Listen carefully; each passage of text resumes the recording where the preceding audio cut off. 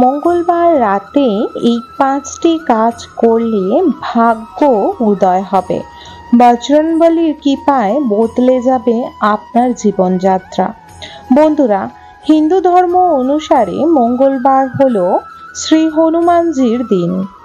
যেদিন হনুমানজির আশীর্বাদ পেতে মঙ্গলবার সন্ধ্যাবেলায় কোন কোন কাজ করা খুবই জরুরি সেটি আজকের জানবো, যার ফলে আমাদের আর্থিক উন্নতি ঘটবে এবং ঘরে থেকে বাস্তু দোষ, নেগেটিভিটি এবং কালো জাদু, তার সাথে সাথে কুনজর, কুদৃষ্টি এবং যে কুশক্তির যে প্রভাবের ফলে সংসারে নানা প্রকার ঝগড়াঝাটি, অশান্তি, তার সঙ্গে রোগ ব্যাধি, দারিদ্রতা সবকিছু দূর হবে। হনুমানজি কে বলা হয় কলিযুগের একমাত্র জাগ্রত দেবতা, যাকে চোখে দেখা যায়। এই কলিযুগেও মর্তের 5 স্থানে হনুমানজির দর্শন পাওয়া যায়। তার আরাধনা করলে মনের সব সংকোচ দূর হয় এবং নিজের ভক্তদের সর্বদাই বিপদ আপদ থেকে রক্ষা করে থাকেন হনুমানজি। বজরংবলীর কৃপা পেতে প্রত্যেকটা ব্যক্তিকে মঙ্গলবারে পূজা করা হনুমানজির অতি জরুরি, কারণ একমাত্র এমন এক জাগ্রত দেবতা যাকে আমরা স্মরণ করা মাত্রই বিপদ থেকে উদ্ধার হতে পারি, নানা রকম সংকট থেকে উদ্ধার করতে পারে বজরংবলী। বন্ধুরা, হনুমানজিকে মহাদেবের এক অবতার বলা হয়েছে। শিবের মতো বজরংবলীও অনন্ত অনেক অনেক অল্পতেই সন্তুষ্ট হন। ভক্তের সমস্ত মনোবাসনা তিনি পূর্ণ করেন। কোনোদিনও কোনো বজরংবলীর যে ভক্তরা রয়েছে খালি হাতে ফেরে না, ওনাকে ডাকা মাত্রই উনি সাড়া দেন। শাস্ত্র অনুসারে সপ্তাহে একদিন রয়েছে প্রতি দেবতা বা দেবদেবীর এক একটি দিন করে নির্বাচিত, তেমন মঙ্গলবারটি হলো শ্রী হনুমানজির বার। বন্ধুরা, মঙ্গলবার হনুমানজির পূজা করলে সহজেই আপনার নানা প্রকার সংকট থেকে এবং দুঃখ, জ্বালা, বিপদ আপদ থেকে উদ্ধার দেবেন। এবং যে বাড়িতে নিত্যদিন তার সাথে মঙ্গলবার করে অতি সুন্দর ও বড় করে পূজা করা হয় বজরংবলীর, সেই বাড়িতে কোনোদিনও কোনো প্রকার নেগেটিভিটি এবং যে বাজে প্রভাবের শক্তি, কালো জাদু, ব্ল্যাক জাদু এবং তার সাথে যে বাজে একটি ম্যাজিক করা হয়, যার ফলে সেই বাড়ির লোকেরা সর্বদাই রোগ ব্যাধি, জ্বালা যন্ত্রণা, দুঃখ, কষ্ট, দারিদ্রতায় ভুগবে, সেইগুলো কিন্তু কেটে যায়। এবং হনুমানজির পূজা করলে শনি গ্রহ কিন্তু ঠিক হয়। তাই অবশ্যই আপনাদের হনুমানজিকে পূজা করা দরকার। বজরংবলীকে তুষ্ট করলে আপনি জীবনে অর্থ, সুখ, শান্তি, সমৃদ্ধি সবকিছু প্রাপ্তি পাবেন। বজরংবলীকে তুষ্ট করতে মঙ্গলবার রাতে এই কাজগুলি অবশ্যই করুন, মানে সন্ধ্যা থেকে রাতের মধ্যে এই কাজগুলি করুন। সকালবেলায় অবশ্যই ওনার সেবা করুন। বন্ধুরা, যদি আপনার আর্থিক সংকটে নানা প্রকার দিক থেকে জড়িয়ে পড়েছেন, চেষ্টা করছেন যে নানা দিক থেকে ছোট্টখাটো কাজের দিক থেকেও প্রচুর পরিমাণে অর্থ জোগাড় করে আপনি ঋণমুক্ত হবেন, তাহলে মঙ্গলবার রাতে 6 বার হনুমান চালিসা পাঠ করুন।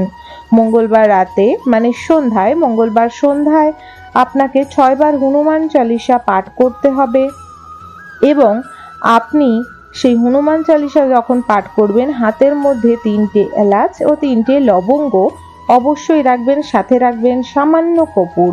যদি হাতে রাখতে অসুবিধা হচ্ছে, সামনে কর্পূরদানি বা যেখানে আপনি এটি জ্বালাবেন সেখানে একটি পাত্রর মধ্যে সামনে রাখবেন এই জিনিসগুলি, 3টে এলাচ, 3টে লবঙ্গ, সামান্য কর্পূর, যাতে ওই জিনিসটি সম্পূর্ণরূপে পুড়ে যায়। সাথে রাখবেন একটা ঘট বা গ্লাসে জল। বন্ধুরা, রাখার পর আপনি 6 বার হনুমান চালিসা পাঠ করবেন। এতে অপার শক্তি, যার ফলে আপনার জীবনে আর্থিক যে সমস্যা সেটি দূর হবে।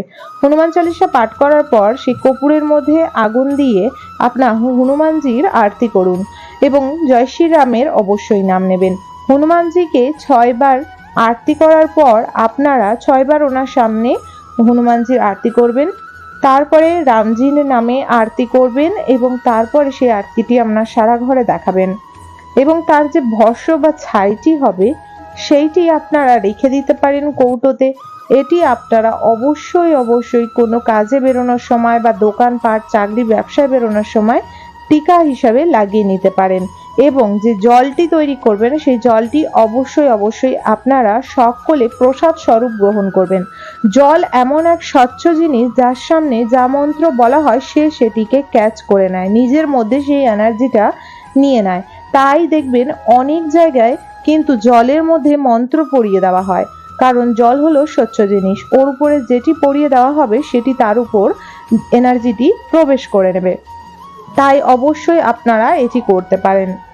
আপনার উপর যদি নানা প্রকার দিক থেকে প্রচুর পরিমাণে ঋণ হয়ে গেছে তাহলে অবশ্যই দক্ষিণ দিকে আপনারা একটি হনুমানজির ছবি লাগাবেন এবং অবশ্যই হনুমানজির ওই ছবিতে মঙ্গলবার করে লাল মালা দেবেন। অবশ্যই ওনাকে লাড্ডু এবং ছোলা ও গুড় ভোগ স্বরূপ দেবেন। এতে আপনার জীবনে ঋণ মুক্ত হবে। যদি চাকরি ও ব্যবসা জীবনে নিজের লাইফটিকে উন্নত ও আয় করতে চান তাহলে অবশ্যই এই একটি কার্য করুন। আপনারা প্রতি মঙ্গলবার সকালে উঠে স্নান আদি সেরে আপনারা হনুমানজির মন্দিরে চলে যান এবং যাওয়ার সময় অবশ্য কিছু সামগ্রিক নিয়ে যাবেন।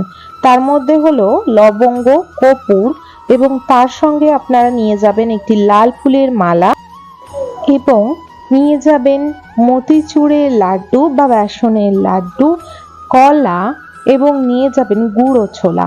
এটি ভোগ স্বরূপ নিবেদন করবেন আপনারা বজরংবলীজিকে এবং ওনার মন্দিরে অবশ্যই আপনারা জ্বালাবেন বিশেষ করে তিল তেল বা সর্ষা তেলের মধ্যে একটি লবঙ্গ যার মাথায় ফুল আছে সেইটি আপনারা আরতি করে হনুমানজিকে মাটির প্রদীপে আপনারা মন্দিরে জ্বালাবেন এবং অবশ্যই একটি ধূপবাতি দেখাবেন এবং হনুমান চালিসা নিয়ে যাবেন সাথে করে বইটি। ওখানে বসে আপনারা 21 বার হনুমান চালিসা পড়বেন। তারপরে একটি পাত্রর মধ্যে আপনারা বিশেষ করে 11টি লবঙ্গ ও কর্পূর নিয়ে আরতি করবেন এবং সেইটি আপনারা নিয়ে আসবেন এবং প্রসাদ স্বরূপও কিছু ভোগ প্রসাদ নিয়ে আসবেন যেটি সকলে খাবেন। যখনই কোনো দরকারি কাজকর্মে বেরোবেন একটি তিলক করবেন বা চাকরি ব্যবসা জীবনে তিলক করে আপনারা যাবেন স্নান আদি সেরে পরিষ্কার বস্ত্র ধারণ করে। এবং যারা ব্যবসা করছেন তাদের ব্যবসার জায়গায় অবশ্যই হনুমানজির একটি মূর্তি বা ছবি অবশ্যই রাখবেন, তাতে নিত্যদিন পূজা অবশ্যই করবেন। এতে খুবই লাভবান হওয়া যায় এবং মঙ্গলবারটা বিশেষ করে আপনারা অবশ্যই হনুমানজির পূজা পাঠ করার চেষ্টা করুন। এতেও জীবনে অনেক পরিমাণে উন্নতি ও আয় আসবে।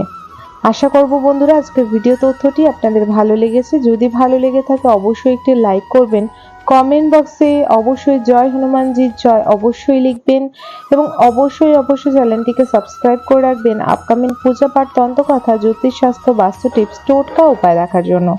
সকলে ভালো থাকবেন, সুস্থ থাকবেন। হরে কৃষ্ণ, রাধে রাধে বন্ধুরা। জয় হনুমানজির জয়।